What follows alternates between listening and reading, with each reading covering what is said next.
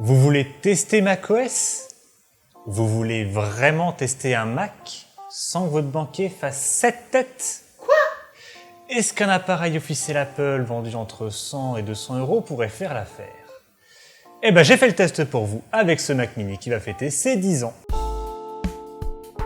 Quand on pense au Mac, on peut penser au MacBook Pro, à l'iMac, à l'iPoubelle de table, mais je ne suis pas certain que le Mac mini soit le premier dans les esprits. Lancé il y a presque 20 ans en janvier 2005, le Mac mini G4 se positionnait déjà en tant que Mac d'entrée de gamme. It's called the Mac Mini.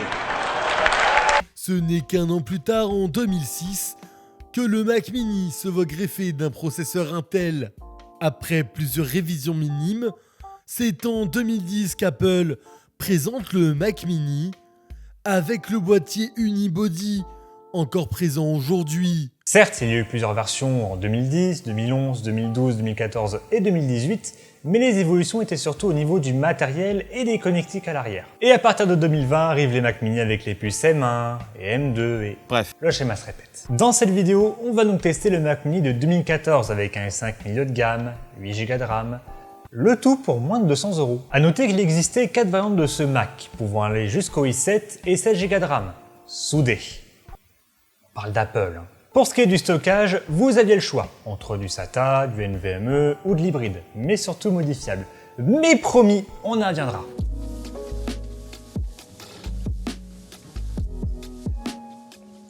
Alors oui, pas de puce M1 là-dedans, mais justement vous allez voir que les puces Intel n'ont pas forcément dit leur dernier mot. Déjà on garde la forme et le design emblématique du Mac mini, assez compact même si le NUC fait mieux. Après, faut pas oublier que sur la version de 2010, ils ont quand même réussi à mettre un lecteur CD. Avoir un processeur Intel permet de facilement changer d'OS. Bien sûr, vous pouvez garder macOS, mais vous avez la possibilité d'avoir Bootcamp et d'y installer Windows ou Linux sans problème. On reste sur une config similaire à celui d'un PC traditionnel. D'ailleurs, Windows 11 tourne convenablement dessus. Toujours dans les modifications, vous pouvez changer et améliorer certains composants. Sur le modèle de 2012, vous pouvez changer la RAM et le stockage. Sur celui de 2014, uniquement le stockage. Et sur celui de 2018, uniquement la RAM.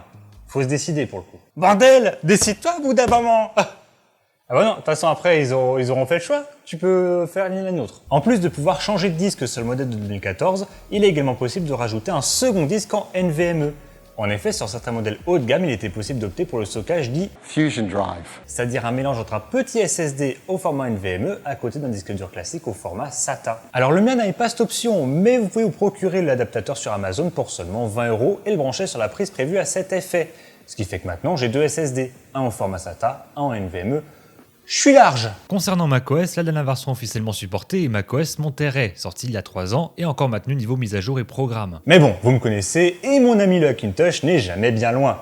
Et sans grande surprise, Sonoma marche assez bien dessus. Pour mettre à jour vers Sonoma ou version plus récente, ce n'est pas très compliqué, il suffit de lancer OpenCore Legacy Patcher, redémarrer le Mac et la mise à jour sera proposée. Bon, je pense qu'on a fait le tour de ce qu'il fallait dire sur le Mac mini de 2014. Alors justement, je me permets de couper. Ok. Parlons des points négatifs. Parce que vous en doutez, le Mac mini il est pas exempt de défauts. Premier problème et pas des moindres. Tel lambda vous en a parlé juste avant, la RAM est soudée. Et c'est d'autant plus dommage quand on sait que le modèle précédent et le modèle suivant n'ont pas eu ce problème. Bon, ok, on peut changer le disque dur. Et ça c'est cool. Mais il faut quand même s'armer de patience et d'outils. Parce qu'il faut quand même démonter l'intégralité du Mac. Aller jusqu'à démonter la carte mère avec un petit outil en U. Mais si, vous savez, le U en acier là. Celui qu'on utilise pour démonter un autoradio. Bon, Doug Lambda a quand même réussi à remonter le Mac et à l'utiliser. Sauf qu'il s'est rendu compte au bout de 10 minutes que le Mac était chaud bouillant. Et... en fait, c'est que le ventilo était mal branché. Et ce qui est d'autant plus étonnant, c'est qu'il n'y a aucune alerte pour dire qu'il n'y a pas de ventilateur. Ni au démarrage, ni le système d'exploitation va vous dire qu'il ne détecte rien. Sans compter qu'Apple, étant Apple, on a une connectique spéciale sur ce ventilateur. C'est-à-dire que si vous n'avez pas de stock et pas de multimètre, bah pour le debug, on repassera. Troisième point, 2014 oblige, on n'a pas d'USB type C. Ce qui, je pense, devrait en arranger certains. Niveau graphisme, on a des performances qui sont pas si déconnantes pour cette génération. On monte jusqu'à du 4K à 30 images secondes, la 2K à 60 images secondes et de la 1080p jusqu'à 120. Mais justement, c'est sur cette partie que le bas blesse. On commence à sentir des limitations du moment où on va lire des vidéos, faire du cloud gaming avec Parsec. On sent que la puce graphique n'arrive pas à suivre. Donc si votre projet c'est ce type d'usage, attendez-vous à des lags. Par contre, si vous cherchez à faire de la bureautique, ce sera beaucoup plus adapté. Comme vous l'avez vu, le plafond de verre peut être facilement atteint, donc le choix du modèle ne peut se faire qu'en fonction de vos usages et de votre budget. Je vous propose donc un petit guide d'achat si vous voulez vous en procurer un. Déjà, peu importe votre choix, évitez les versions avec 4 Go de RAM, surtout si elle est soudée. Vous serez encore plus rapidement limité et serez marié avec votre Mac. Personne n'en veut. Si vous prenez le modèle de 2014, évitez aussi les rares modèles avec 16 Go de RAM. Ils sont très rares et inutilement trop chers. Également, je vous déconseille les modèles sortis avant 2012. Vous n'avez aucun intérêt à les chercher là-bas et ne sont même pas compatibles avec l'accélération graphique de macOS. Métal. Donc pour avoir les dernières versions de macOS, ça va être chaud. Si vous avez les moyens, au minimum 400 € et que vous comptez rester sur macOS, je ne peux que vous conseiller le Mac Mini M1. Il n'est plus si cher que ça et la puce M1 vous permet encore à l'heure actuelle de faire des tâches un peu lourdes comme du montage vidéo par exemple. Mais pour le coup, vous serez coincé avec macOS et les caractéristiques que vous aurez choisies au départ. Si vous avez un usage extrêmement léger de votre Mac et que bidouiller pour avoir les dernières versions de macOS, changer de disque ou alors la RAM ne vous fait pas peur, je pense que le Mac Mini de 2012 est fait pour vous. Vous serez vraiment libre sur les composants et l'OS, sans compter que les types d'usage seront multiples. Pour info, on est sur du Intel Core de 3ème génération, donc ça commence vraiment à se faire vieux.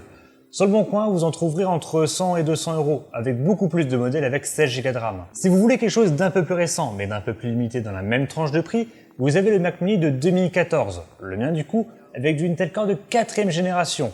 macOS Monterey étant encore assez récent, vous pouvez vous le permettre de le garder. La seule vraie différence est le support du NVMe. Je vous déconseille le modèle de 2018 avec du Intel de 8ème génération. Pour la simple et bonne raison que pour le même prix, aux alentours de 400 €, vous avez les Mac Mini M1 qui sont bien plus pertinents. De toute façon, si vous voulez changer d'OS pour installer Windows ou Linux, un modèle plus ancien fera l'affaire. Ou même vous avez aussi des Intel NUC, certes moins jolis et sans la possibilité de mettre macOS nativement, mais il est plus petit et moins cher. Pour conclure, est-ce que je vous conseille d'utiliser un Mac Mini Intel pour tester macOS? Eh bah, vous connaissez à connaître mes avis mitigés. Tout dépend de vos usages. Vous connaissez à me connaître avec mes avis mitigés, là encore. Voilà. Et putain de avis mitigés, à chaque fois, vous pouvez pas faire votre choix. En effet, cela peut être une bonne idée si vous souhaitez découvrir macOS ou utiliser plusieurs OS, dans le sens où c'est plus simple qu'un Macintosh. Vous avez un bel appareil que vous allumez simplement, et pour les plus casqués d'entre vous, le patcher pour avoir les dernières versions de macOS. En revanche, si le seul et unique but est de vous en servir en tant que mini-serveur sans utiliser macOS, je pense que vous trouverez moins cher et beaucoup mieux sur des mini-PC d'autres marques. Si vous voulez tout de même utiliser macOS sur une machine non compatible, je vous mets juste ici une playlist pour comprendre et réaliser vous-même votre propre Macintosh. Sur ce, bonne journée ou bonne soirée selon l'heure à laquelle vous regardez cette vidéo. Salut!